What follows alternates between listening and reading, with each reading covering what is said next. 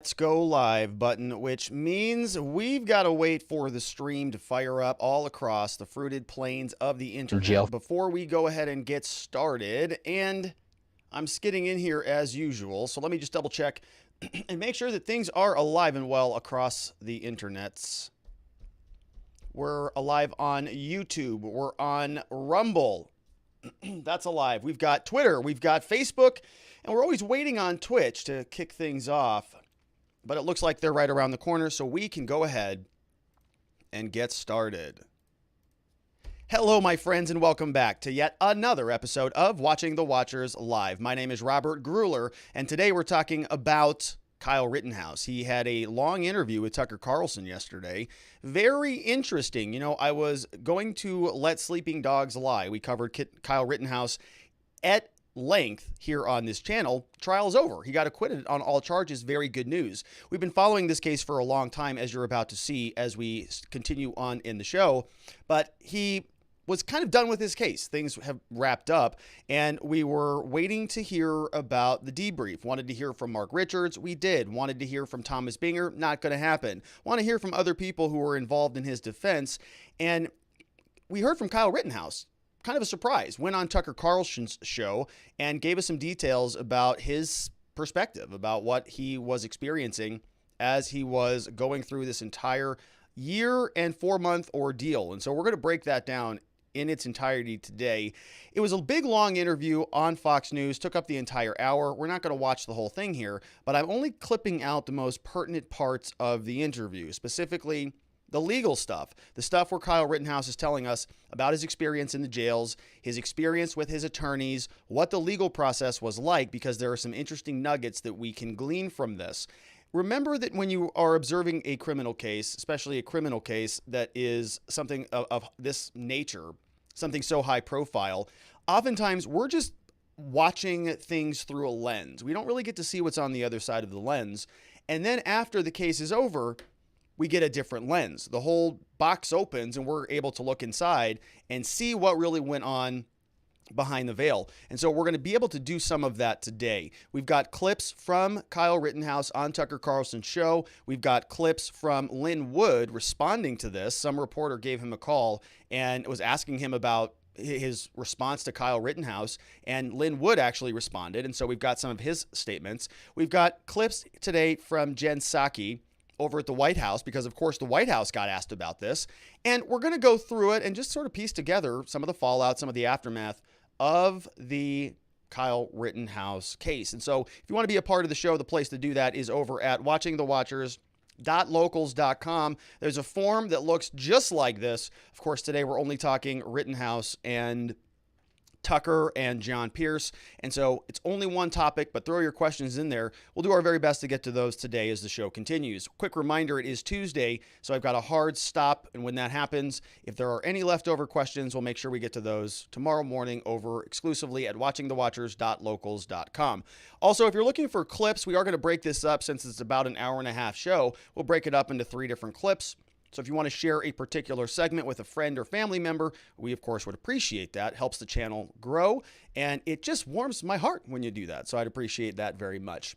Okay, so without any further ado, the news of the day: Kyle Rittenhouse on Tucker Carlson for a very long, extensive interview. Many people kind of shocked given the fact that we just learned on Friday that Kyle Rittenhouse was acquitted of some very serious charges. On Friday, he's looking at a potential life in prison sentence, a life sentence, and he gets acquitted on all of the counts. And then comes Monday morning and we've got an interview on Fox News. Pretty quick debrief, and some people out there are saying, well, it's kind of soon, you know, shouldn't he be pausing and thinking through some of these things? Maybe, but he didn't. He decided that he wanted to go, and as we have seen from Kyle Rittenhouse, he kind of goes right into things. It doesn't really think twice about it, I'd say. I mean, he wants to be useful. He wants to be helpful. I think this is part of the reason he testified. Mark Richards, of course, has said differently. He says that, you know, in Wisconsin, you have to testify. But it's the Rittenhouse personality, somebody who just wants to charge into things and make his position heard. And he did that certainly with the media when he was on Tucker Carlson's show. So we're going to go through this. Now, there was a lot in this interview, but as I mentioned, we're only going to be picking out the pieces that are most pertinent to the legal case. And in particular, we're going to start off talking about Kyle Rittenhouse's first attorneys, two people named Linn and John Pierce, people that we've talked a lot about on this channel. And we're going to talk a lot more about them. Why? Because Kyle Rittenhouse says that they were terrible lawyers. They were people who took total advantage of him. And in fact, he was held in custody for 87 days. Unnecessarily, which was a point that I made well over a year ago, which we're going to revisit. And he was sort of, I think, catching Tucker Carlson by surprise on this, talking about how poorly his attorneys treated him. Here's how that sounded. In jail for 87 days, and this follows in with Linn who was raising money on my behalf, and he held me in jail for 87 days, disrespected my wishes, put me on media interviews, which I should never have done, which he said, oh, you're going to go talk to the Washington Post, which was not a good idea. Along with John Pierce, they said I was safer in jail instead of at home with my family. And then after I'm bailed Your lawyer said that? My lawyer said that. What? John Pierce and Linn 87 days is a long time to be in jail. It was... Yeah.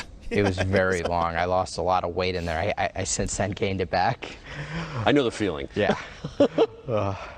But 87 days of not being with my family, for defending myself and being taken advantage to, being used for a cause by John Pierce and Linn trying to trying to raise money so they can take it for their own benefit, not trying to set me free. Yikes. Your own lawyers told you that you got to sit in jail because they got to raise funds, and he was already in there for 87 days, and 87 days, they wanted to extend that further all the way out into November.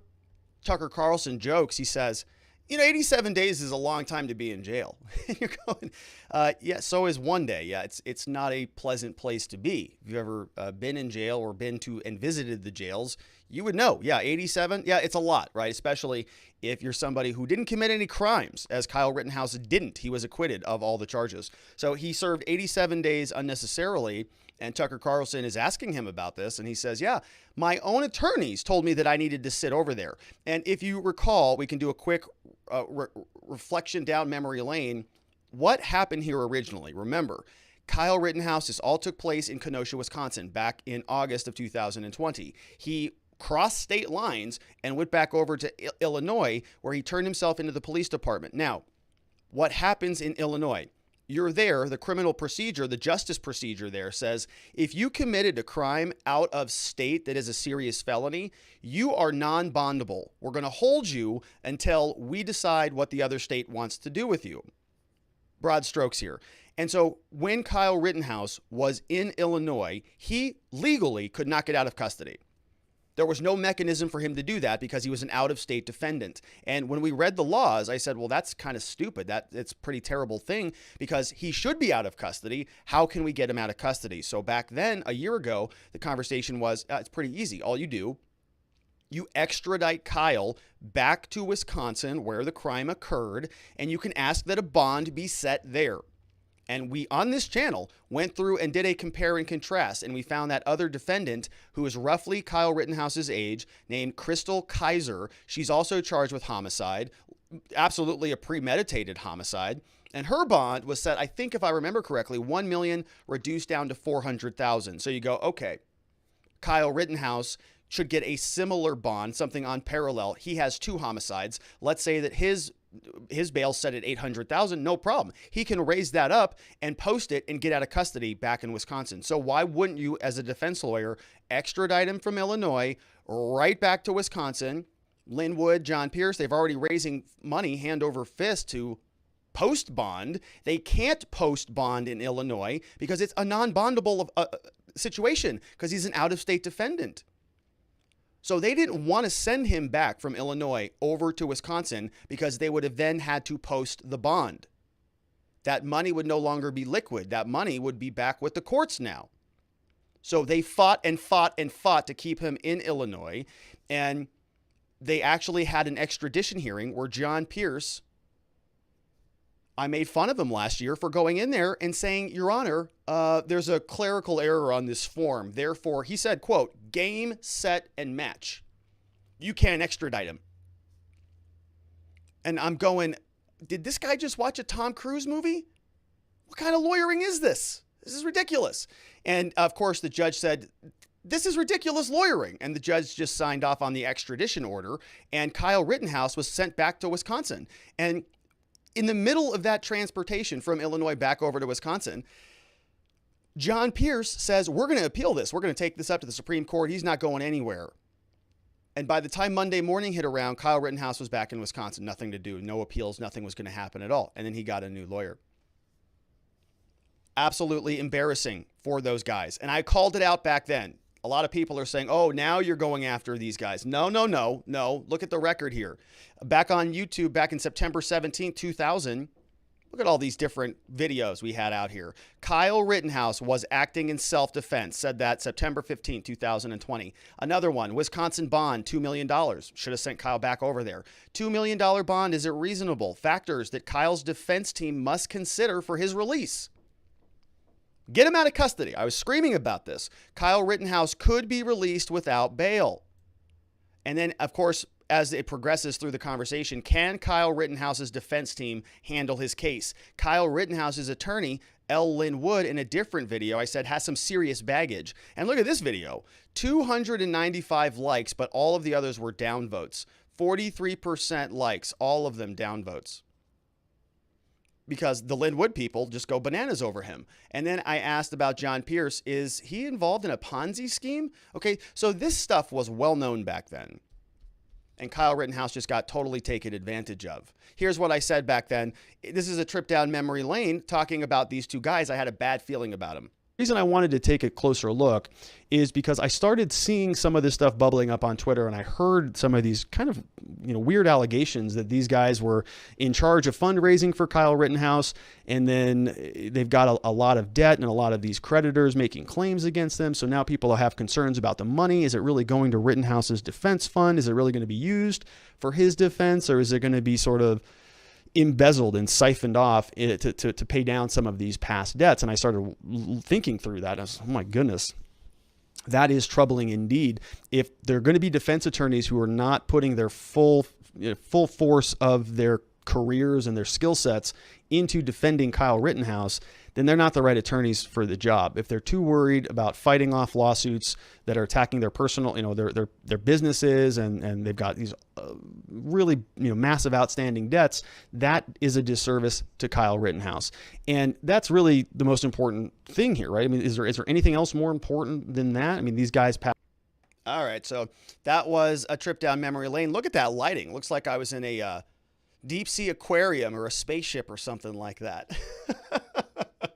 So I thought that was funny as I was scrolling through. I was like, oh man, he's come a long way. And I was a little bit more calm back then. I was a little bit more, diplomatic. We're just talking about these cases very quietly and amicably. And I'm not mad at all about anything.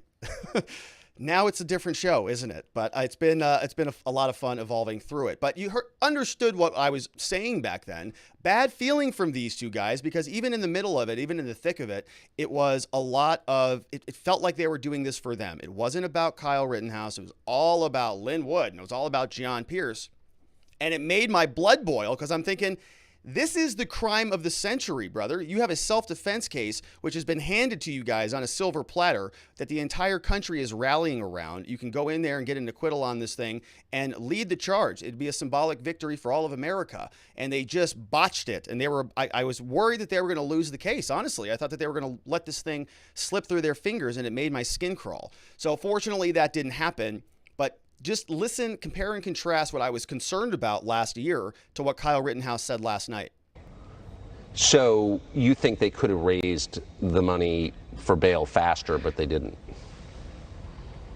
I believe sometime in September 5th, I want to say, they had over $1 million, and bail was set and able to be posted in September. So they could have had me sign the waiver for extradition and had me back in Wisconsin, and I could have been bailed out by mid-September. Yep. But they wanted to keep me in jail until November 20th. Mid-September? What was that like? It was scary in jail. Like, you had to watch over yourself, and not a lot of people liked me in jail until the funny thing is, a lot of people didn't like me in jail, but they got to hear like my story, and they got to understand me. Like, he's actually a really decent person. Not this person that the media painted him out to be. Yeah, and so they're telling him, you're going to be safer in jail, Kyle. It's going to be much better. You know all that money that we're raising so that you can post bond? It's going to be much safer for you if we don't have to put that money up to bond you out. Something like that. We're just going to hold you in Illinois, and then we're just going to hang on to all this money. We're going to keep making it, hand over fist, and we're going to argue, oh, the judge won't. It's a non-bondable offense. So we're not going to be able to use any of that money because the court won't take it. As soon as Kyle gets extradited, boom, now they've got to post it. So that money becomes no longer theirs. It's now held in bond with the court. They didn't want that to happen. And they're telling Kyle, it's going to be safer for you in jail. And I've heard that before from other defense attorneys. And to be fair, there are situations where you might have a client tell you, I'd rather actually stay here. Okay, I'd rather be in jail. You think of a situation where somebody has a strong proclivity to reoffend, whatever that may be. If they have a certain urge that cannot be controlled, and they know that they're a danger to themselves if they are out on the streets, they may say, I want to stay here. Right? I've had conversations like that. Had conversations where people addicted to drugs will want to stay in custody. They'll say, I'm going to dry out here. Right? I'm just going to get off the alcohol here. I can't get easy access to it. The little secret is that in prison and jails, there are drugs everywhere if you really want them. But the point is, people will often stay in jail just because they want to dry out, to get off the drugs, or because they know that if they are released, they're going to go get another felony. And the problem is if you are on release for a felony and you get another felony, it is a gigantic problem. So let's say you get arrested for possession of dangerous drugs, methamphetamine, something like that. You're put into custody and they say, all right, listen, we're going to let you out, but if you get in trouble again, you're in deep trouble. And you say, yes, I promise, I'm not going to get in trouble again. So they let you out. You go back out. You get popped out on another methamphetamine charge because you have an urge that you cannot control. What happens? Well, you now get an additional felony on another date of offense, which means that you now have back-to-back multiple felonies that you're facing. And you committed a new offense while on release, while on felony release. So they'll just add additional years for that. It's like we're going to let you out, but you're on probation. If you break it again, we're going to make it so much worse. And they do. So there are situations where defense attorneys will say, look, it's better for us to keep you here. All right. And the defendant will say, you're absolutely right about that, because I'm going to get in trouble again and it's going to be really bad unless you can work them into a program or something like that. That being said, this is not either of those situations. Kyle Rittenhouse is a 17-year-old kid at this situation, okay? Throwing him in a jail that has adults in it because they move him out of the juvenile center at some point back into an adult facility is not safer than being at home with his mother, right? A lot of people were angry at Kyle Rittenhouse during that time, but his security could have been provided to a higher level than a jail. Linn Wood and John Pierce, if they did that, if they told that to Kyle Rittenhouse, which I don't doubt for a minute they did, those two people are some of the most reprehensible people I've ever heard of in criminal law, practicing criminal law. I mean, not in the hierarchy of horrible things, but in practicing criminal law, yeah, it's pretty bad. You're going to sit in custody. You're a 17-year-old kid with a home run self-defense case, and these two knuckleheads couldn't figure it out to get him out of custody quickly, and he's actually safer in jail. It's reprehensible. It makes my skin crawl. And so I wanted to take a look at these lawyers and see what their response was to some of this stuff. I like to give both sides a fair shake on this channel more often than not. Sometimes I fail on that, no doubt about it, but I do try my best. And so I wanted to see what John Pierce, Kyle Rittenhouse's defense lawyer early on in the case, had to say. And I went over to his Twitter account and look at this. Oh, you're blocked. Oh, isn't that just nice? So tough guy John Pierce over here blocking his critics on Twitter. And you can see this joker says he's dedicated to the lost art of combat by trial. And he's got these two boxing gloves hanging down on his profile picture, which is just a joke, a total joke. What a joke. We've seen him in action. We've seen him in the art combat of trial. All right. Not trial. He couldn't even handle an extradition hearing without looking like he was trying to fake Tom Cruise. What a joke. All right, so John Pierce is sort of an embarrassment. We can move on to somebody who's a little bit more serious. Linn Wood responded actually to the claim, which is why he's more serious. At least he's been around. I know John Pierce had COVID or something like that. I was concerned that maybe I was going to be critical. Well, look, I thought that he was faking the COVID thing because he didn't want to show up to court for federal court when he was representing some people on the J6 cases. But I don't know where he is. I don't know if anybody's heard from him. I don't know if he's reestablished communication with the court on those J6 cases. I have no idea. But at least Linn Wood is responding to these claims. Your client went out there on TV last night. Tucker Carlson, the biggest cable show that exists out there, says you took advantage of him. Would you like to respond to that? Yeah, I would, actually. Here's what Linn Wood had to say about this, and he posted this on Telegram. Here is what he said. I don't know what he's saying we did to take advantage of him. I helped him. Fight Back helped him.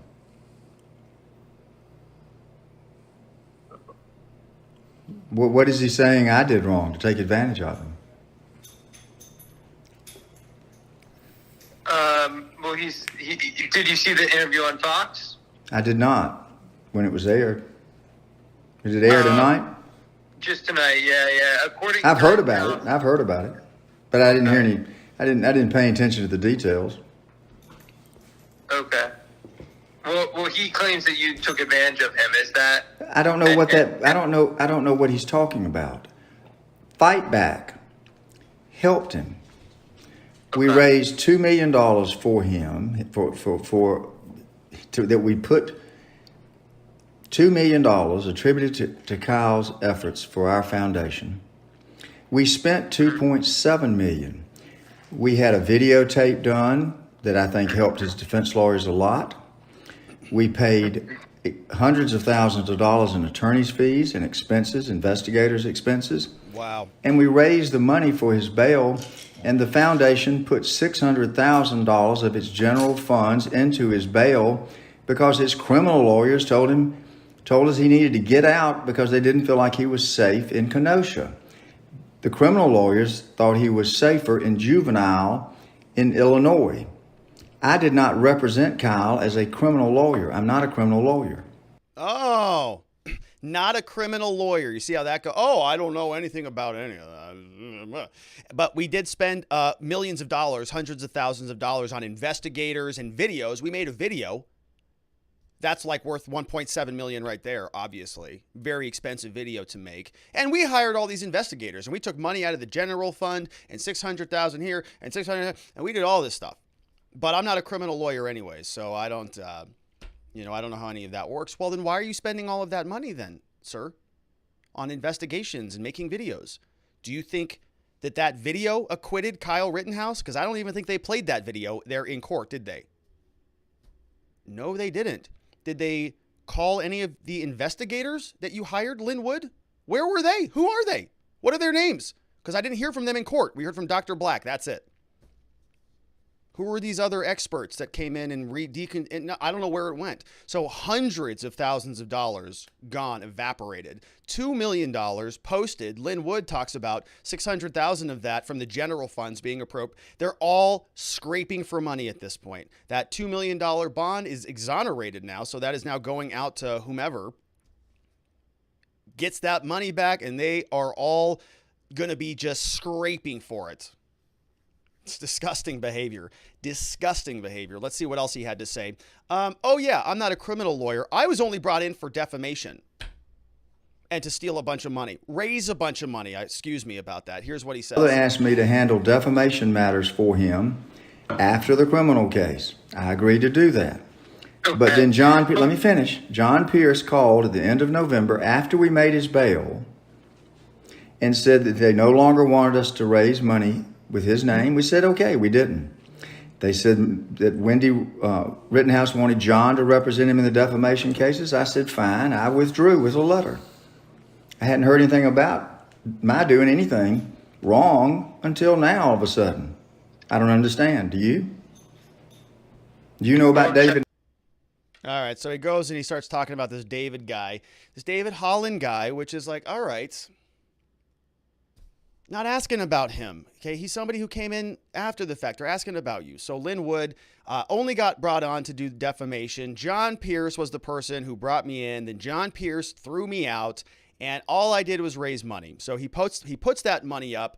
No idea where it's going to go. Doesn't address that at all. Let's see what he says here. Okay, so the reporter asks him. They say, Linn, Kyle said specifically, can you answer this? Raising money for you, for your personal endeavors, not for Kyle Rittenhouse. Do you want to answer that? Here's what he says. Say to the fact that Rittenhouse says that you raise money so they can take it for their own benefit. Now, that's not true. Somebody has fed Kyle misinformation for whatever reason. Let me say this. Fight Back helped him. All the donors tried to help him. The foundation did help him. The decisions he made, even about the interview, one interview he gave to the Washington Post, those decisions were finalized by his criminal lawyers. I'm not a criminal lawyer. Do you understand that? His criminal lawyer at the time was John Pierce and Mark Richards. If they didn't want him to do an interview, I couldn't tell him to do it. I talked to Kyle one time when he was in jail. That's the only time I ever talked to him. The call was made. I was able to speak to him for like 2 or 3 minutes. He thanked me for what Fight Back was doing. He told me that he was reading his Bible. He told me that he thought and knew that God was with him that night. All right. I told him to keep reading his Bible, that I believed God would take care of him. That was the only... Wait a minute, now listen. Get this right for your story. That was the end of the conversation. He said, I love you. I said, I love you too, Kyle. That's the only time I ever talked to the boy. Yeah, so, I'm seeing a lot of people. There's a woman here in Arizona named Wendy Rogers, and she's out there saying, Lynn's a good Christian man. And so I guess that just absolves him of any liability or any focus. He just gets asked the question about, hey, did you... look, we're happy that Kyle Rittenhouse is acquitted. Thanks for your help and support on that. We're asking about millions of dollars that were raised and what is the accounting of those funds? Where are they going? Asking the appropriate questions. He just goes off into a tirade about the Bible. I'm not going to answer that. I'm going to talk about the Bible. Talk to Kyle. That's all good. And we all appreciate prayer, and we all were saying those as this case progressed. That's not the question. And what's going on here is Linn Wood is not a dummy. He knows he's recording this. He's having a conversation with the journalist. He's using the journalist to tee up these questions so that he can just rant his position on what happened here. Knows he's going to post this on Telegram, knows that he's got a massive online following, knows that this video that I'm playing right now is going to have more down likes, down votes than any other video I talk about because I'm being critical of Linn Wood. He's going to post it on there, and people are going to say, yeah, he's speaking my language. Yes, I also believe in Jesus. Yes, I also believe in Christ. Yes, I also believe that praying to your Savior is going to be useful in your life when you're in difficult times. But doesn't answer the question at all. And so it's deflection.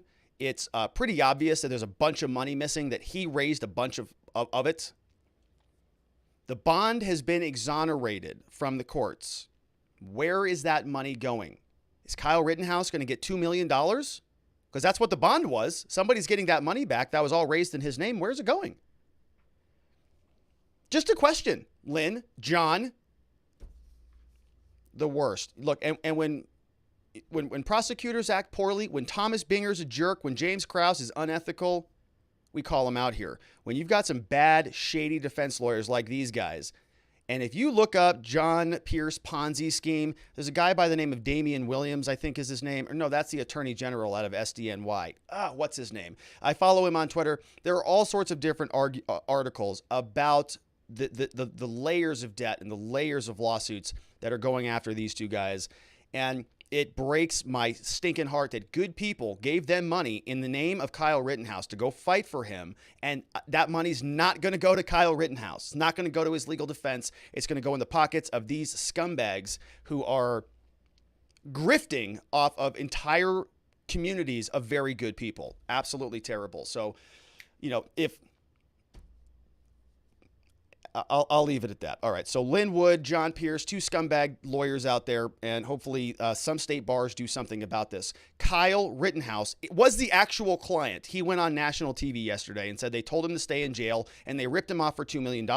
So if there's any bar entity, any bar in any state where these guys worked, they should be all over these cases and rip their law licenses from them because it's reprehensible what they did. Okay.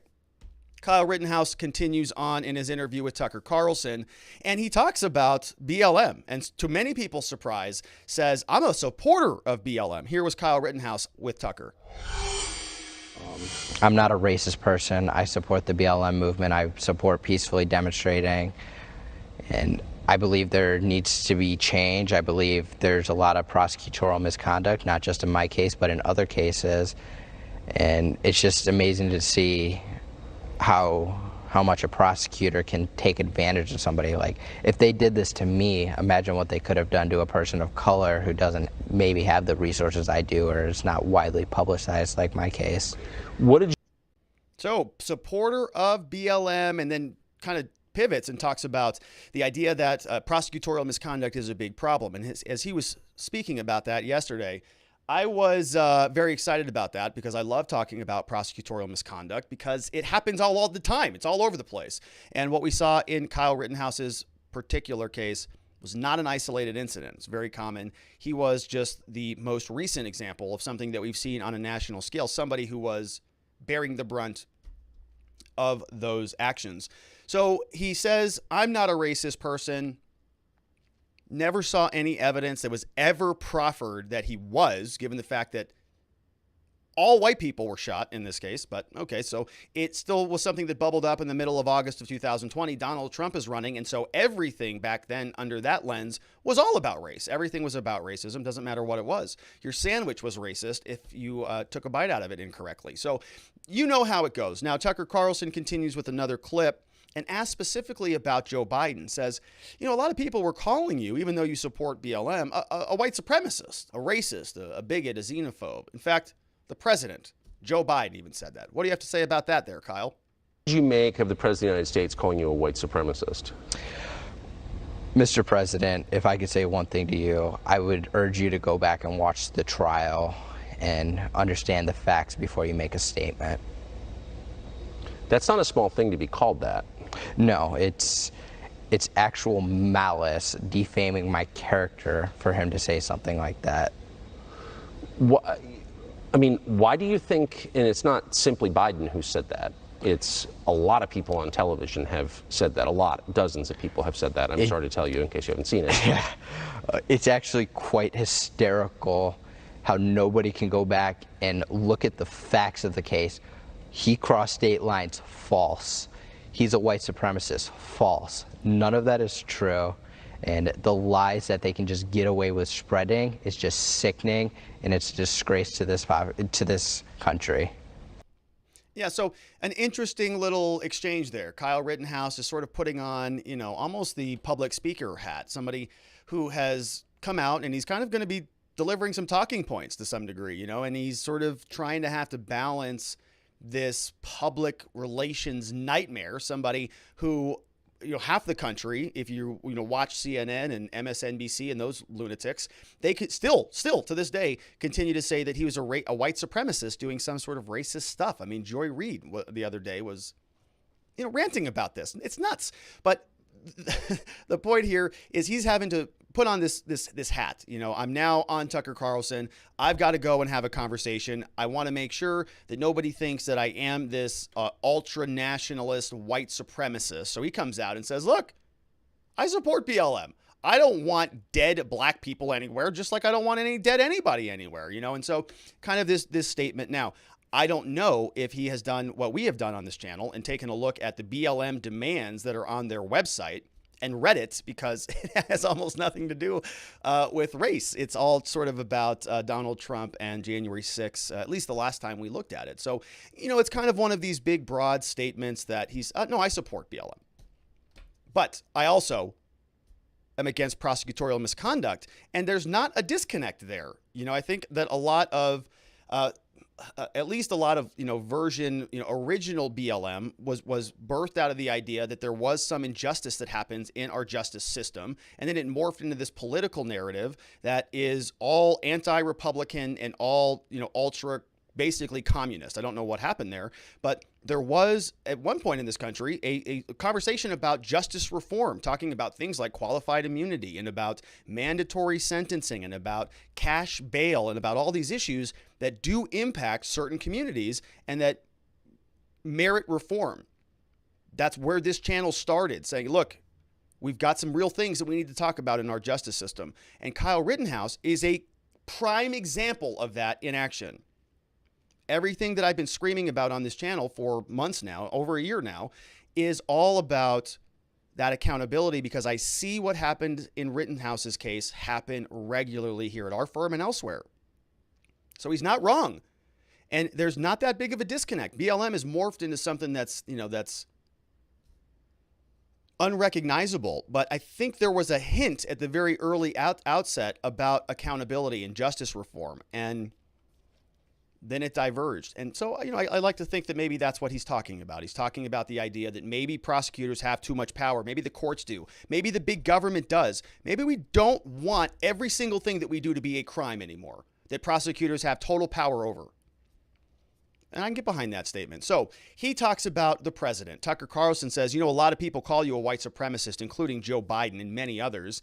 And you have to rewind the memory bank back down memory lane and take a look at this, because Joe Biden actually posted this on Twitter, September 30th, 2020. Remember, right around the election, right around the time that Kyle Rittenhouse was being extradited. 3.7 million views. You can take a look at this puppy. So Joe Biden, United States government official, still candidate Joe Biden, he posted this back then. He says, "There's no other way to put it. The president of the United States refused to disavow white supremacists on the debate stage last night." Okay. Donald Trump refused to disavow the white supremacists. And then he played this video. Are you willing tonight to condemn white supremacists and militia groups and to say that they need to stand down and not add to the violence in a number of these cities, as we saw in Kenosha and as we've seen in Portland? Sure, are you I'm prepared to do specifically that, but do it? Well, I would say almost everything I see is from the left wing, not from the right wing. So what are you saying? I'm willing to do anything. I want to see peace. Then do it, sir. Say it. Do it. Say it. You want to call them? What do you want to call them? Give me a name. Give me a white name. Supremacists and white like me to condemn? White supremacists and right Proud Boys, stand back and stand by. Okay, watch. All right, so was that the one with the clip? All right, was that the one where they flashed the clip? Are you willing tonight to condemn white supremacists and militia groups and to say that they need to stand down and not add to the violence in a number of these cities, as we saw in Kenosha? There it is. There's Kyle. See that right there? There it is. I forgot that on the first go-round. So are you willing to condemn white supremacists, people like this guy, Kyle Rittenhouse? And Jen Psaki is going to answer to that here in a minute. Everybody hang tight in the chat. We have another clip, though, from Joe Biden. He's on the interview here with Anderson Cooper during a separate interview where he gets asked a similar question back during the election. Well, look, I don't know enough to know whether that 17-year-old kid exactly what he did, but allegedly he's part of a militia coming out of the state of Illinois. Have you ever heard this president say one negative thing about white supremacists? Have you ever heard it? That's the reason I got back in this race, because what happened in Charlottesville. People coming out of the woods carrying torches, their veins bulging. All right. So then Joe Biden is sort of hinting, that maybe this is white supremacy stuff going on here. Doesn't directly call Kyle Rittenhouse a white supremacist, but is at least hinting at it. So Jen Psaki is in the house. Everybody stand back, stand by. Here comes the Jen Psaki clip. Would the president ever apologize to the acquitted Kenosha shooter Kyle Rittenhouse for suggesting online and on TV that he is a white supremacist? Well, let's be clear what we're talking about here. This is about a campaign video released last year that used President Trump's own words during a debate as he refused to condemn white supremacists and militia groups. And President Trump, as we know from history, and as many of you covered, didn't just refuse to condemn militia groups on the debate stage, he actively encouraged them throughout his presidency. So what we've seen are the tragic consequences of that. When people think it's okay to take the law into their own hands instead of allowing law enforcement to do its job. And the president believes in condemning hatred, division, and violence. That's exactly what was done in that video. But if you're saying that it was just a campaign video, it wasn't. The president also gave an interview where he said this Rittenhouse was part of a militia coming out of Illinois. Have you ever heard this president referring to Trump say one negative thing about white supremacists? These are all things, none of this was proven in the trial. And Kyle Rittenhouse is saying that the president had actual malice in defaming his character. Is that what happened here? The president spoke to the verdict last week. He has obviously condemned the hatred and division and violence we've seen around the country by groups like the Proud Boys and groups that that individual has posed in photos with. But beyond that, I'll leave it to his comments around the verdict. So you're not going to apologize, is what you're saying. Not going to happen, are you? Look, we've been consistent about this. Donald Trump is a racist, and we condemn violence, is what she says. So not going to get any answer out of that. But you can see they were prepared. They knew that Peter Doocy was going to come in hot with one of those Rittenhouse questions. And so Jen Psaki had the bullet points and said, oh, we got 1 second here. Flip it over here. The binder of Joe Biden issues, just a big friggin' phone book. Rittenhouse. All right, I was wrong on Rittenhouse too. Gonna all TV R Rittenhouse. All right, so you get how it's working out of the White House. Jen Psaki's back. Looks good though. Recovered from the COVID. Glad that she's back and in business. So now she's doing cleanup on Rittenhouse, of course. And Kyle Rittenhouse gets asked about this specifically from Tucker. Says, "You gonna hold these guys accountable? You heard what Joe Biden said. What are you gonna do about that, there, Kyle?" People watching have reached the same conclusion, and they would like to see you help make this better by holding some of these liars to account. Do you plan to do that? I have really good lawyers who are taking care of that right now. So I'm hoping one day there will be accountability for their actions that they did. Okay, so you're intent on you're not going to let that go. Like I said, really good lawyers are handling that. Yeah. All right, good lawyers who are handling that, talking about actual malice, talking about the president. People are going to be going after anybody who is making these claims against Kyle Rittenhouse, and we'll see what happens with those. We also have Tucker Carlson now. Tucker is asking Kyle Rittenhouse about his thoughts as the trial was continuing on. Says, well, what were you thinking as all this was unfolding right in front of you? So during the trial, was there ever a point where you thought, despite the fact you had all this video evidence on your side bolstering your story, did you ever think, I might go to jail for the rest of my life? That was a thought I had every single day until I got the not guilty verdict. Really? It was because are you aware who Joellen Demetrius is? Yes. So Joellen selected my jury, which she did an amazing job, but you still have that feeling in your stomach and knots to where, like, what if somebody snuck their way onto my jury to convict me? So that was something that always went through my head. But I know where I stand, and I know I defended myself. Were you surprised by the verdict?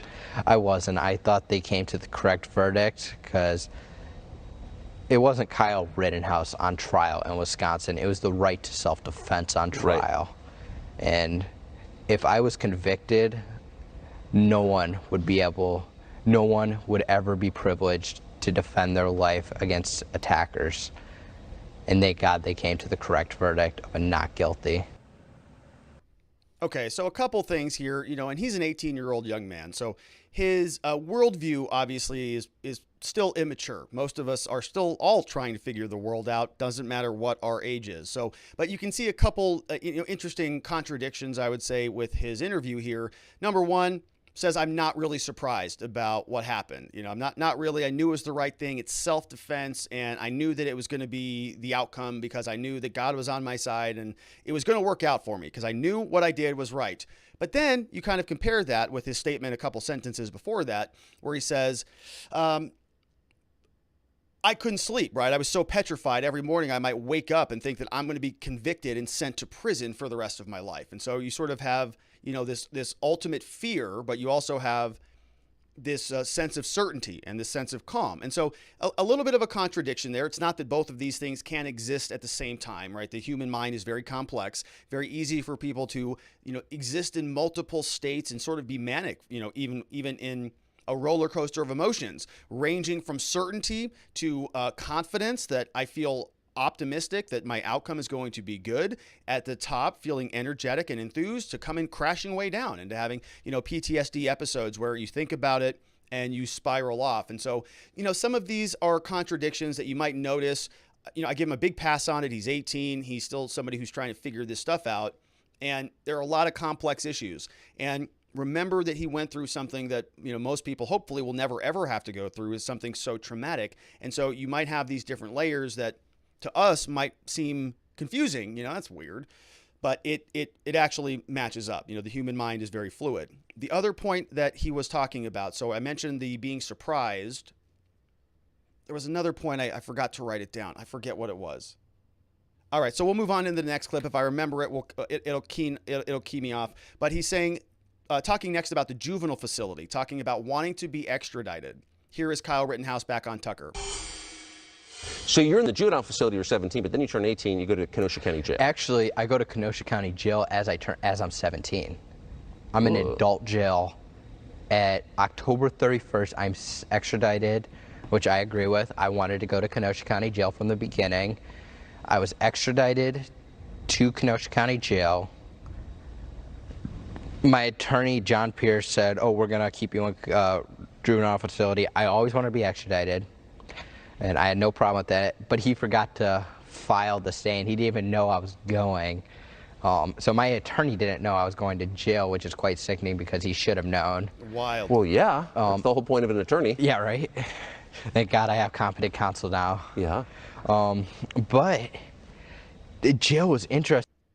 Yeah, thank God I've got competent counsel now, and that's an understatement. So totally agree with that. And he talks about, in this next clip, this running water story, which is kind of a weird clip. So apparently when he was in custody for those 87 days, he didn't have running water in his cell. And he's sort of in a juvenile facility first, and then he moves into an adult facility.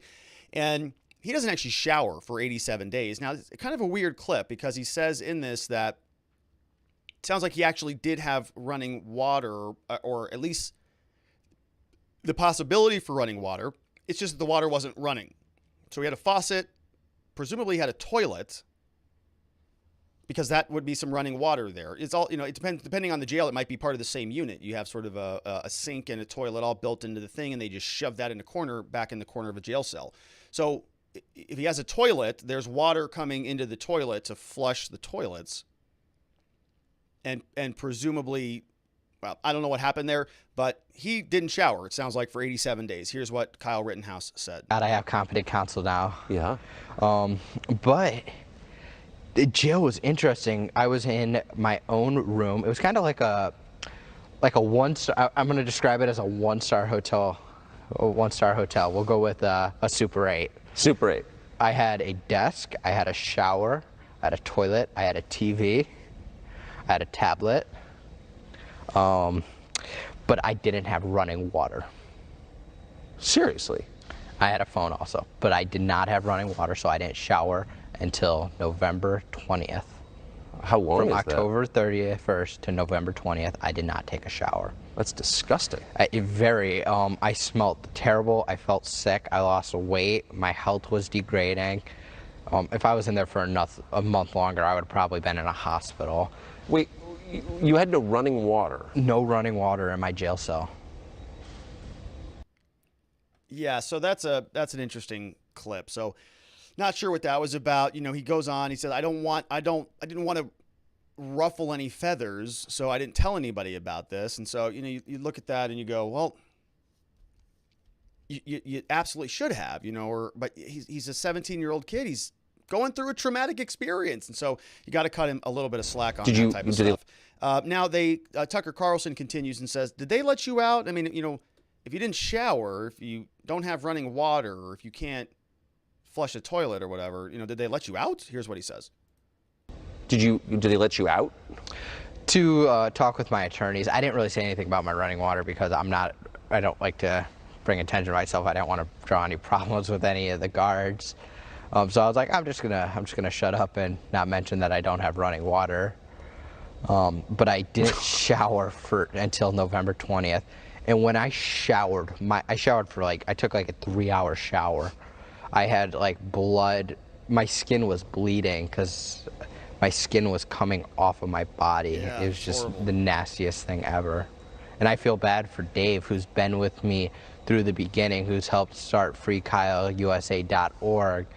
I feel bad for him because he had to deal with my smell for that 3-hour car ride. So I give him all the credit in the world.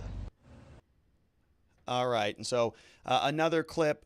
Now they move on and they say, hey, Kyle, so, you know, what do you want to do from here? And so he sort of transitions out and he gives Arizona a shout out. Let's listen in. I'm hoping I can live a quiet, stress-free life and be free of any intimidation or harassment and just go on with my life as a normal 18-year-old kid attending college.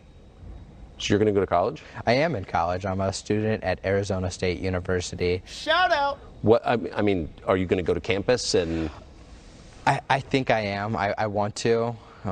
It's a lot of things we have to look into, so I don't know for sure yet. But I do intend on going in campus and pursuing a career in nursing. I may change it. I've been looking into law. I may want to become a lawyer. I haven't completely decided yet. But I've been looking, I want to be a nurse, so I've been doing the prerequisites for that. Interesting. Do you think you can have that you can live peacefully in this country unmolested? I hope so, but I can't read the future. I'm hoping that people go back and understand the facts and be like, watch the trial, watch the prosecutorial misconduct that I believe happened, and realize that I was an innocent 17-year-old who was violently attacked and defended myself. Because you wanted to clean graffiti and protect a car lot. And apparently, a lot of people on the left, it's criminal to want to protect your community. Do you feel like your life's been destroyed by this? I feel my life has been extremely defamed by it. I don't think I would be able to go out and get a job and not have to deal with harassment, but I'm at a place now to where I have to have people with me because people want to kill me just because I defended myself, and they're too ignorant to look at the facts of what happened. All right, so let's do a quick recap on Kyle Rittenhouse. So somebody who is wanting to come to Arizona, go to Arizona State University, be on campus, somebody who kind of, interested in nursing, that's fine, but also might have a strong desire to be a lawyer. Ooh, that's interesting. Somebody who has railed against prosecutorial misconduct, has been the victim of prosecutorial misconduct, has been charged with crimes, has been acquitted of crimes, and is going to be right here in our backyard in Arizona and interested in the law. Well, Kyle, we've got a pretty damn good internship program here at the R&R Law Group. We're located in Scottsdale, just about 10 minutes north of Arizona State University. And so we're always looking for amazing new talent here to come in and learn a little bit more about criminal law in the state of Arizona. And we'd love to have you, my friend. So give us a call. Ooh, isn't it interesting how the universe kind of brings things full circle? Kyle Rittenhouse might be right down the street next semester. Oh, I just love it. It's hilarious. And so maybe we'll see if our paths cross at some point in the future. But the final question that we have from Tucker is, are you confident that your government can protect you moving forward? Here's what Kyle says about that. Are you confident that the government will protect you from these threats? Because that's, of course, the government's job. I hope so, but we all know how the FBI works. Yeah. I mean, looking back, it's been, a year and a half, less than even. This is not the life that you planned, obviously. It is far from the life I planned. This is something that I wish never would have happened, but it did, and we can't change that. But how it's been how polarized it became is absolutely sickening. Yeah. Like, right or left, people using me for a cause that should never have been used as a cause. I read that you're.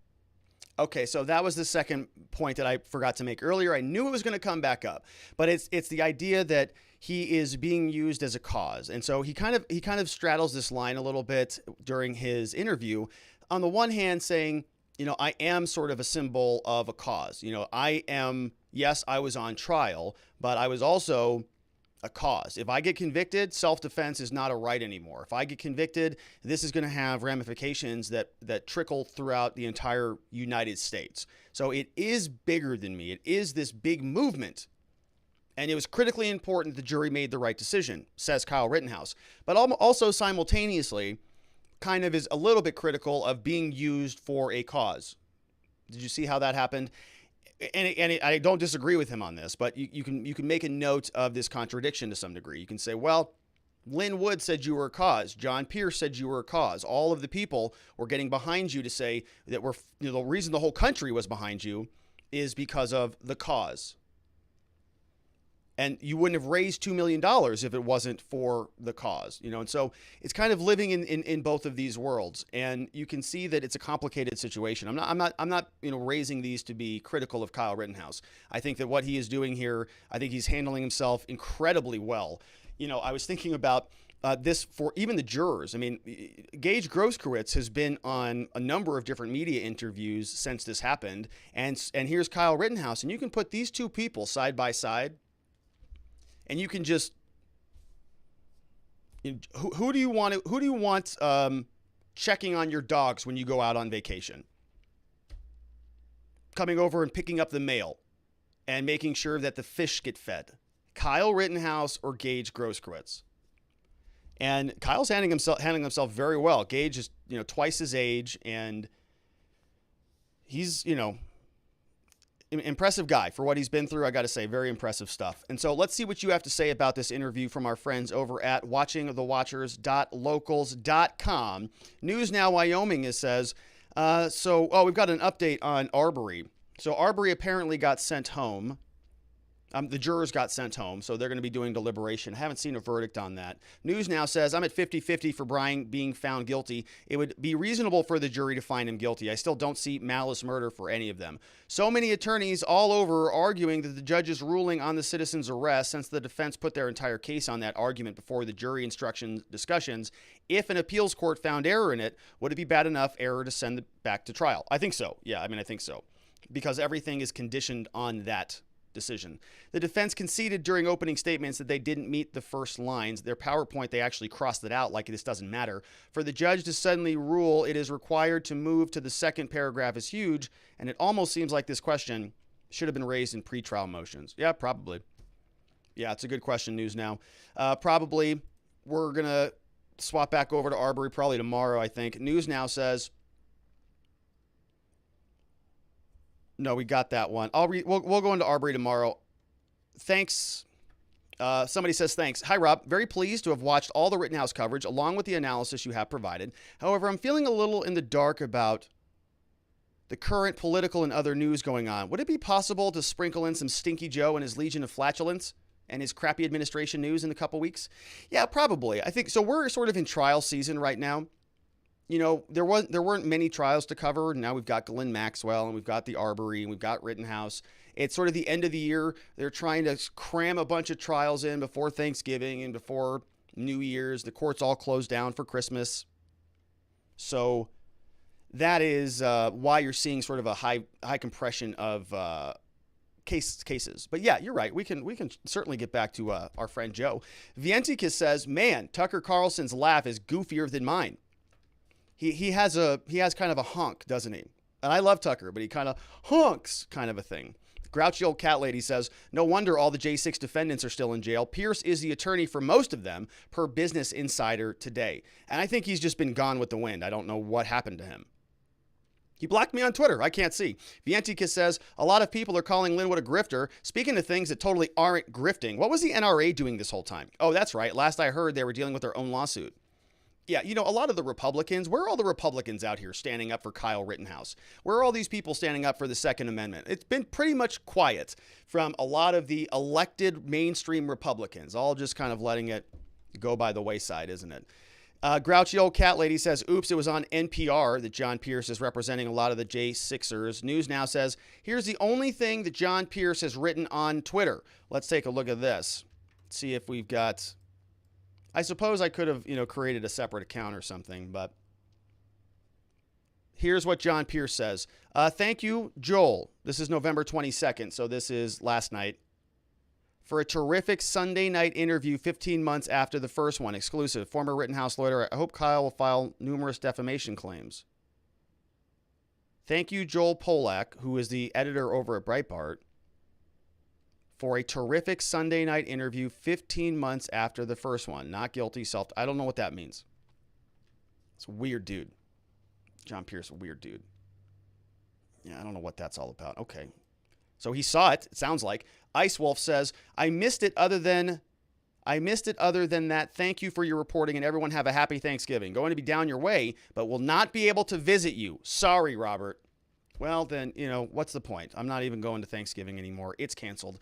Ice Wolf can't be here. Rational Gay says, I was under the impression that John Pierce was dead or something. Wasn't his brother-in-law going into court and handling cases on his behalf until a judge said, you're not a lawyer. Yeah, it was actually a law student. We covered that here on this channel, Rational Gays. You've been around for a while. Yeah, he sent his law school students in to handle cases, and the prosecutors finally were like, Judge, we've been trying to work with this young man. He's great. He's smart as hell. We love him. He's doing a great job, but he's not licensed. And we kind of think this might be a problem for the defendants who need a lawyer. So we're bringing this to your attention. And then John Pierce apparently had COVID and then was, absconded by terrorists, being held hostage by ISIS-K and the Taliban in Afghanistan. Sergeant Bob says, if Kyle needs more money, how can we be sure that our donations go to the right place? I don't know, Sergeant Bob, so I wouldn't donate, unless you're absolutely sure that you know where it's going. Unless Kyle Rittenhouse comes out and says, right there. I'd be very skeptical about it now, because I think a lot of this stuff is sort of being held in escrow, and they're going to fight it all. They're going to fight it out in court. It's millions of dollars, millions. Huge case. Three Girlie says, I find it interesting that Linn Wood went so far as to say that someone was feeding false information to Kyle. I was thinking he might actually go so far as to say Kyle is lying, and I'm going to sue him for defamation. Sounds like a slime ball, only surpassed by John Pierce. Yeah, a couple of really bad hombres out there, to use Trump's word. Three Girlie says, remember that Kyle's mother raised $500,000 and put it into that fund. Richards already said that there's going to be another fight over the bail and who gets it. I really hope that all of the bail is given to Kyle. You think Linn Wood and John... I don't even know... Look, nobody even knows if that money is still in the bank account at this point. And you're going to have a lot of different lawyers fighting over it. It's wild. Your pal, Jerry Nadler, says, Rob, I wonder if Kyle publicly stated he supports BLM in order to use as evidence that he is not a white supremacist in possible future defamation suits. It's a good statement. Typically lawsuits like this, they don't rely too much on post statements. I'm trying to think of a good example of where this might apply. But it's like, if you have a contract breach, that's not a good example. But here's the courts are not going to say, oh, we know as evidence that you're not a white supremacist because we heard you on Tucker Carlson. They're going to have to show that there was no proof when the government made that statement. They were making it with actual malice. There was no evidence whatsoever that white supremacy or racism was involved in this case at all. And they continue to bring it up and make campaign videos about it. So from their perspective, they just need to show that there was no basis for that. And in fact, it was done with actual malice because they had a reason for it. They wanted to capitalize on the Rittenhouse fervor to further their political ends. That's where the harm comes into play. Sergeant Bob says, Psaki is a coyote ugly liar. If you do not know that term, I will explain. So there was a movie called Coyote Ugly, wasn't there? It was like a bar or something like that. That's all I know. Monster One says, to answer Biden's question, has Trump ever said anything bad about white supremacists? Yes, about 150 times. Many times. I disavow them. I disown them. I want nothing to do with it all the time, repeatedly, almost on a daily basis. But that's not good enough. News Now says, so Psaki says the president feels people should let police do what they're supposed to do. Did I miss where the Kenosha police protected anybody or anything last year? Did I miss where the governor helped in any way? Exactly what did the government do to help the innocent people of Kenosha? I guess I am really just confused by what we are supposed to, quote, let the government take care of it.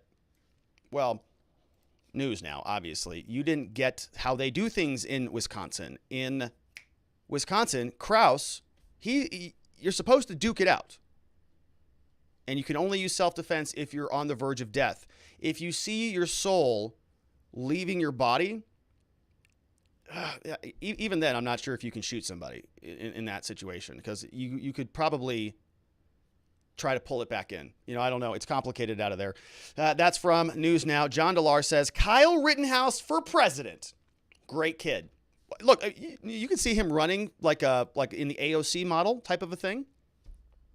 Young, super huge social media presence, millions of dollars of, small donors, people that'll just say, whatever Kyle says, I'm for it.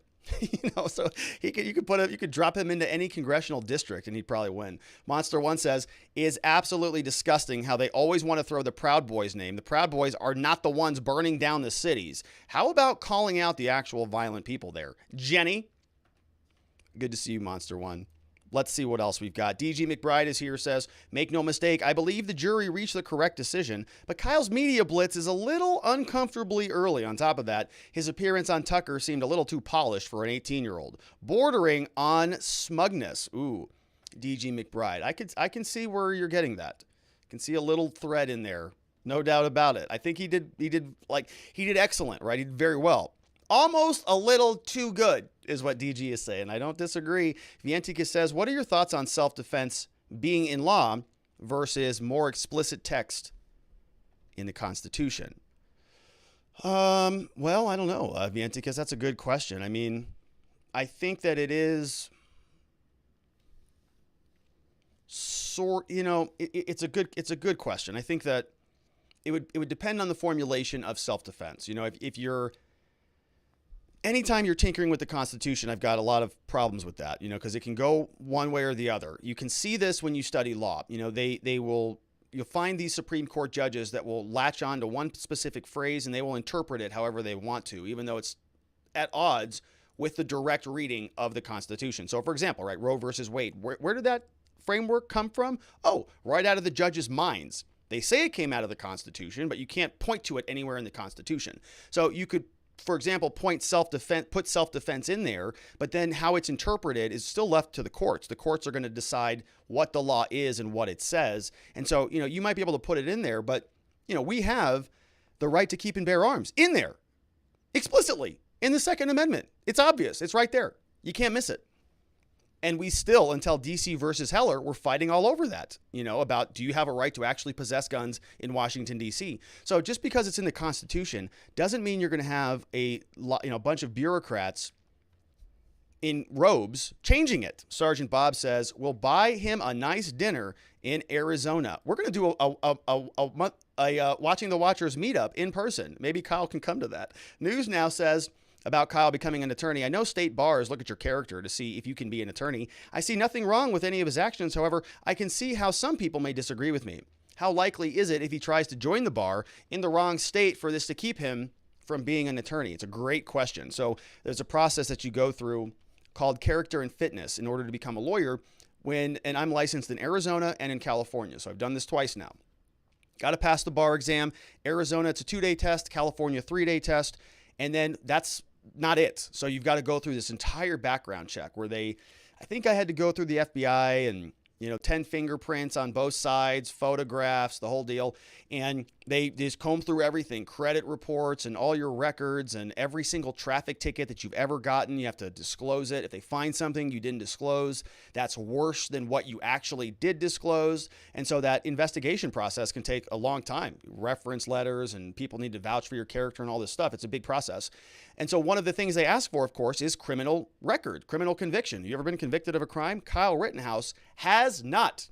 But he does have a big issue that he was charged with a crime, and the state bar, I don't think has any basis to keep him out. I mean, if you went through this, you could even you've seen people convicted of felonies that have been allowed to practice law, even with a conviction. Kyle Rittenhouse does not. I don't think if he had problems, I'd have a problem with him having problems. I don't think there should be any reason why he should not be allowed to practice law. Black Cat Meow says, hey, Rob, thought Kyle did a great job on Tucker. Sure, there were a few inconsistencies here and there, but he's 18, carried himself very well. Looking forward to seeing the documentary. I can't get over how his previous attorneys and how they treated him. It makes me sick that lawyers can get away with this treatment. Grr. I guess no real question, just a couple comments. Thank you for your great coverage. Well, thank you, Black Cat Meow. I agree with you. It makes my blood boil. When people take advantage of people that are relying on them for their trust and their honor and their integrity. Kyle is 17. Mom is, however old she is. Never been through this before. They go to Linn Wood. They go to John Pierce. We are desperate. We need your help. We do not know what to do. This is the worst situation in our lives. We need help. And they say, perfect. I've got a solution for you. Here's what we're going to do. We're going to keep your son in jail for 87 days. How's that sound? Well, that doesn't sound right. Trust me. This is going to be how we win this case. We're going to throw him in his cell and raise a bunch of money to bail him out. Even though he can't be bailed out because it's a non-bondable offense. Morons. Makes my blood boil. And they're taking advantage of somebody who, shouldn't be taken advantage of. Nancy Pelosi's Fun Bags is here. Sick. Three Girlies is here. Says, every jail and prison that I've worked in, the shower is not in the room. It only had a sink and a toilet, which are one unit. In order to shower, inmate would have to go to the showers in the pod. Always alternated, inmates every day, other showers. I'm not sure how he got away with 87 days without a shower. I could have been wrong on that, right? I don't know if it was a full 87 or a couple weeks or whatever, but I mean, his skin was peeling off his body, he said, so I'd imagine it's on the longer end of things. We had to track the inmate showers. If they hadn't showered for a week, they would be highly encouraged in different ways to get a shower. If they still chose to not take a shower, they would be provided a shower, not of their choosing. Showering is absolutely necessary because of the spread of disease within the units. He said that his skin was falling off, so it makes me wonder if he has a skin disease or infection or got one while he was there. If he was able to see his lawyers, why didn't his lawyers point out that he had not had a shower? You could smell inmates after a week with no shower. Surprised he did not complain to his attorneys that he had no shower. Yeah, it's a weird part of his story, and I don't understand that. Because when you go down and meet with your clients at the jails, yeah, the jails are stinky places. It's just the reality of the facility. They're not comfortable. He said they're one-star facilities. He's not wrong. They are not great, but your lawyer is somebody who can field all these questions and deal with it. But again, he was dealing with scumbags named John Pierce and Linn Wood. Nadler says, Barnes says David Hancock is controlling Kyle and his money, and he's not a fan.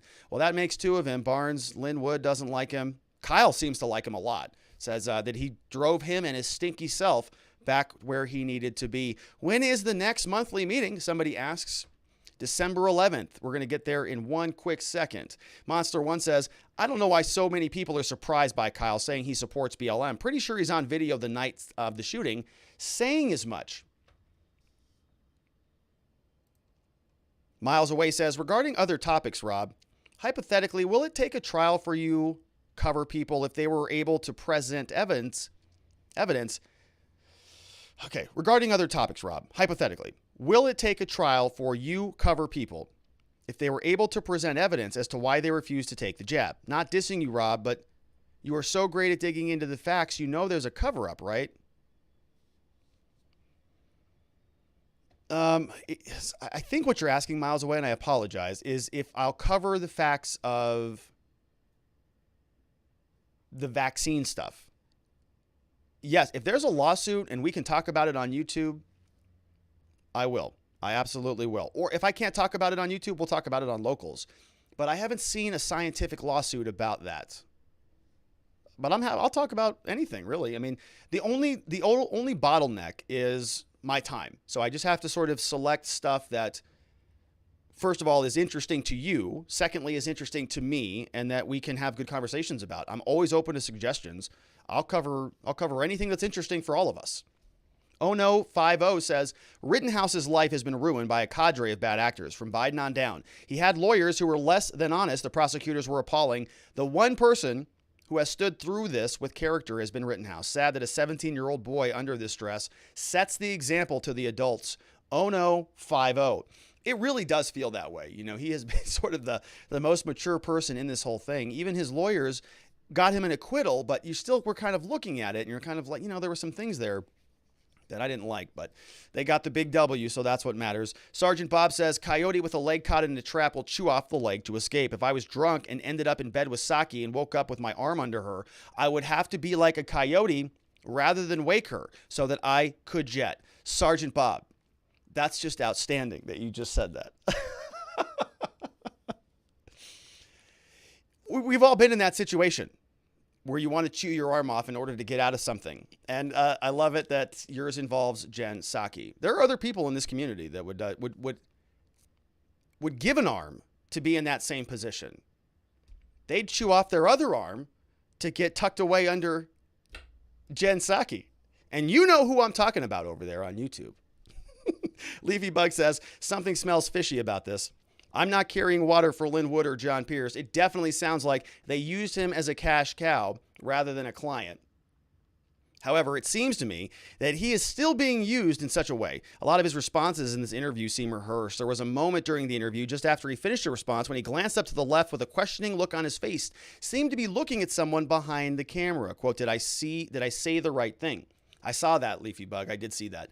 And who set this whole interview up along with the embedded camera crew that followed him around? Clearly, a lot of money is changing hands here. Is this the kind of thing an 18-year-old would put in place while he's staring down the barrel of life in prison? I know Robert Barnes has spoken a lot about this, suggested that this Dave character might be the person behind it, what he's all about, and that maybe he doesn't have Kyle's best interests at heart. Yeah, I mean, look, Leafy Bug, you're exactly right about this, and there are rules about a lot of this that exist in criminal procedure. You can't, there are media rules, you can't sort of, they want to disincentivize lawyers from doing outrageous things in the case to make it outrageous so that they can turn around and sell the media rights of the case. They don't want lawyers to be thinking about Hollywood first and their clients second. They want them to be thinking about their clients first. And if the case concludes well and it's interesting after the fact and you want to write a book about it and turn it into a movie, that's nice. That's later. You can think about that later down the line. But first things first, when the criminal trial is progressing. And there's rules about this. And so, there's good reason for those rules because a lot of people will pick on people like Kyle. They'll take advantage of them because they see dollar signs. They don't care about him going to prison. What do they care? Kyle Rittenhouse roaming free, $2 million in Linn Wood's bank account. What does he care? So, got to be very cognizant about this. People are going to take advantage of people, especially when they're vulnerable. Monster One says, Rittenhouse Sandman for president 2040. Yeah, they got to be 35. So yeah, it's got to be pushed out quite a ways. News Now says, what does it take to be considered a public figure? Is being charged with a high-profile case on its own? Does Kyle risk raising himself to that level of public figure just by doing these interviews? So I think that yes, arguably now, yes, he is sort of availing himself of that spotlight. That's kind of what they're looking for. Somebody who is, actively availing themselves as being a public figure can't turn around then and claim, well, I'm not a public figure, and therefore the defamation standard should be lower. It doesn't require actual malice. Kyle Rittenhouse, News Now, your question is great, but he's already sort of elevating himself to the actual malice standard, which is what he's talking about. So he's talking about defamation of a public figure, actual malice, not just regular defamation, regular negligence, actual malice. So he's saying, even if you consider me to be a public figure, it's still defamation. And I think he's right. But I would relate it back to the incident. On the night of this incident, he was absolutely not a public figure, not in any way, shape, or form. In fact, he wanted to be famous. Bruh. Just trying to be famous, bruh. And he was not able to be a public figure at that moment. And as that happened, he sort of elevated into a public figure, not anything to do with his own availing of the cameras, but because he was sort of thrust into it. And at that moment, they were defaming him. Vientica says, I'm not on the bandwagon of Kyle being a hero, but he has done a lot. He's done more than a lot of people have done for their community. I'm also not on this idea of he shouldn't have been there. It goes back to that quote about letting people go after the people you don't have an immediate interest in. Yeah, I think that's fair, Vienticus. I mean, I don't think you need to be a cheerleader doing cartwheels for Kyle Rittenhouse. But he is, he's a very interesting figure, somebody who's been through a lot. I think we can learn a lot from his ordeal, and we're going to see a lot more of him, thankfully, because there was a good outcome in the case. But yeah, I mean, I don't think that, I try not to cheerlead for anybody, but everybody deserves a fair shake, and you can have, a conversation about what Kyle Rittenhouse has added to the national zeitgeist, the national conversation about all these issues, which are critically important. So, I'm grateful that we have this opportunity in this country to talk about these issues and really to see prosecutorial misconduct on full display for all of the country. Former LEO says, very tough to establish what self-defense is. Self-defense for Pee Wee Herman, very different than self-defense for Iron Mike Tyson. That's the job of the prosecution to make. Good to see you, former. C. Davis says, Kyle was without a shower only in Kenosha, so it was about 3 to 4 weeks. Okay, so narrowing it down, not 87 days, but 3 to 4 weeks, that's a long time. Richard Jewell says, please stop hating on Linn Wood. He cleared my name and saved my life. So I'll look into that. Look, I'm not saying that... Oh, this is an actual person? Here's Richard Jewell. American security guard law enforcement officer bombed somebody. Trial by media. Let's see. Exoneration. Janet Reno was involved. Bomb. Okay, so I'll take a look at that later. Thanks for submitting that. Let's see. A couple more before we got to hop on out of here. We've got Monster One says, they absolutely have cells with shower in them. I've been in several jails that have them. They use them for people in protective custody, suicide watch, and disciplinary reasons. I've personally been in one of those cells after a fight. So there, multiple different versions of this. And I don't think that either, let's wrap it up. Saki says, underneath all that red hair and makeup is pure gray that sucks the life out of everything around it and turns its lies into. And then we have Vantika says, 4 doors, more horrors, 2044. Best slogan ever. It's true. It's like, what's that movie, Idiocracy? 4 doors, more horrors, 2044. Kyle Rittenhouse, yeah, America. Nadarb says, dang, do you pick a time to start the show the same way Kyle picked jury members? Just kidding. Have a good one. It is true. My schedule is very dynamic. It's very fluid. Tuesdays, I go early. And then some days I get... It's anywhere between 4 to 6 Arizona time. It's when it's going to happen. I'm going to try to get more consistent, I promise, in the near future. We had over on YouTube, we have News Now Wyoming says, I want to watch Krause get interviewed on The View. Let them cry with him. Oh my gosh. I hope that would be so good to see Krause on with all the ladies on The View. Just amazing. We have Jacob says, I gave Pierce and Wood money for Kyle's bond. This is disgusting. They abused Kyle. Now I have to wonder if they stole my money I donated. Look, Jacob, I don't know, man. You donated with the intention of saving Kyle. Kyle got saved. I still think there should be an accounting. I think that probably those guys have every intention of running away with hundreds of thousands of dollars, if not millions of dollars.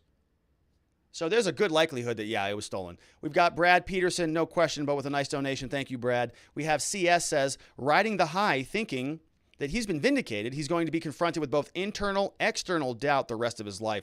I just hope people stop trying to handle him and let him grow. I agree with that big time, CS. I think that, this was traumatic. And he collapsed in court on Friday. He's probably riding a little bit of an emotional high right now. You know, we have these waves that we go through in our lives, ups and downs. He's on this emotional high, but that's gonna crash at some point. Or I hope not. I hope he sort of, finds his equilibrium. But just imagine, from an emotional perspective, almost going to prison on Friday for the rest of your life to now on Tucker Carlson on Monday morning, prepping an interview. That's an emotional roller coaster. And so we all experience this, but Kyle Rittenhouse has been very highs and very low lows.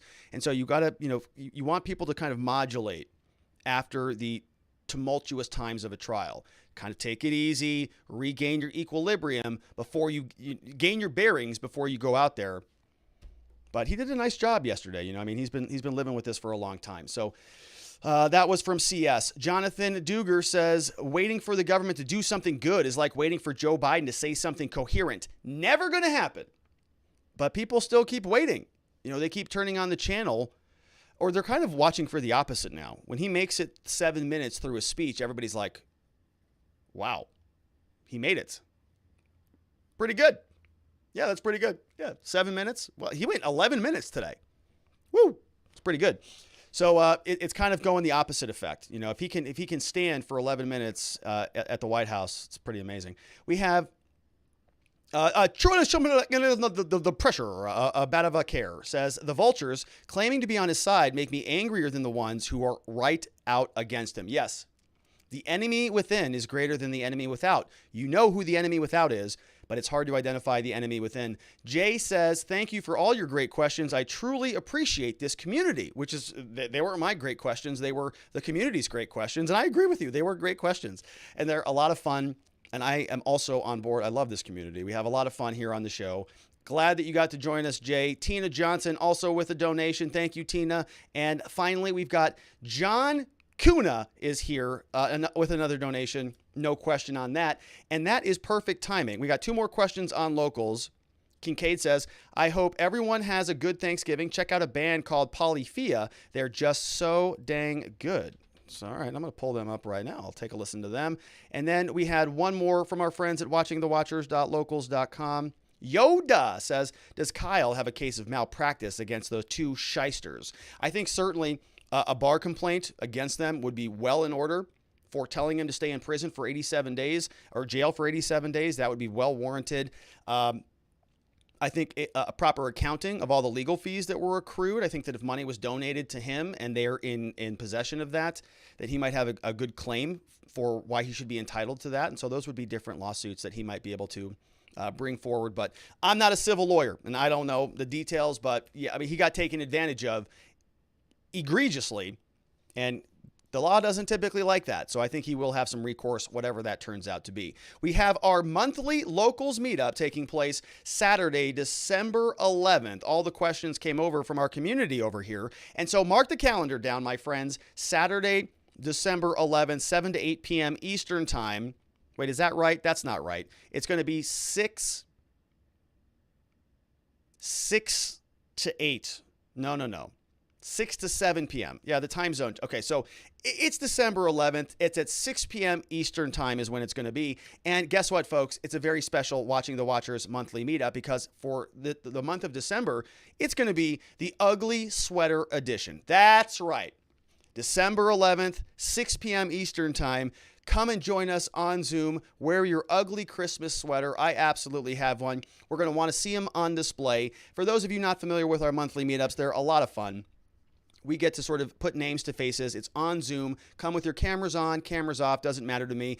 Use your real name, use a pseudonym, also doesn't matter to me. We just want to get to connect with one another and put names to faces and share questions. And so you can ask a question even without your camera on, no problem at all. But it is a lot of fun. We just hang out for a couple hours and chat it up over at watchingthewatchers.locals.com. Ivan Ramirez with a super chat says, Wisconsin prosecutors, did you watch Making a Murderer on Netflix? I did. I have a very interesting documentary. And Was that in Wisconsin? I forgot.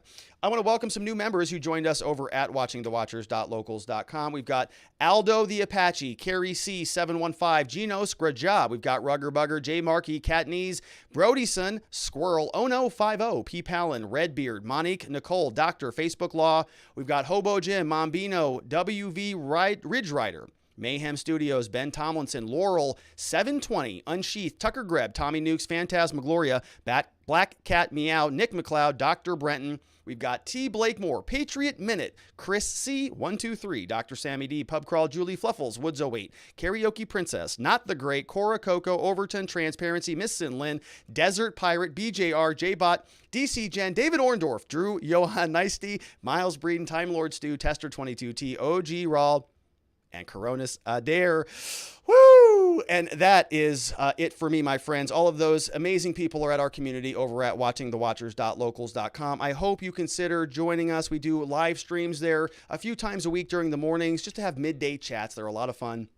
Today, we talked about some leftover questions from yesterday. We talked about the Ghislaine Maxwell case. I've got a lot more Ghislaine Maxwell updates coming soon, so make sure you stick around and subscribe. Otherwise, my friends, that is it for me. See you right back here, same time, same place tomorrow, 5 p.m. Arizona time, 7 p.m. No. Well, you'll figure it out. 4 p.m. Arizona time, 6 p.m. Eastern, or 5 p.m., 7 p.m. Eastern, somewhere in there, depending on how the day goes. But I will see you tomorrow. Sleep very well. Have a wonderful evening. Rest well, my friends. Bye-bye.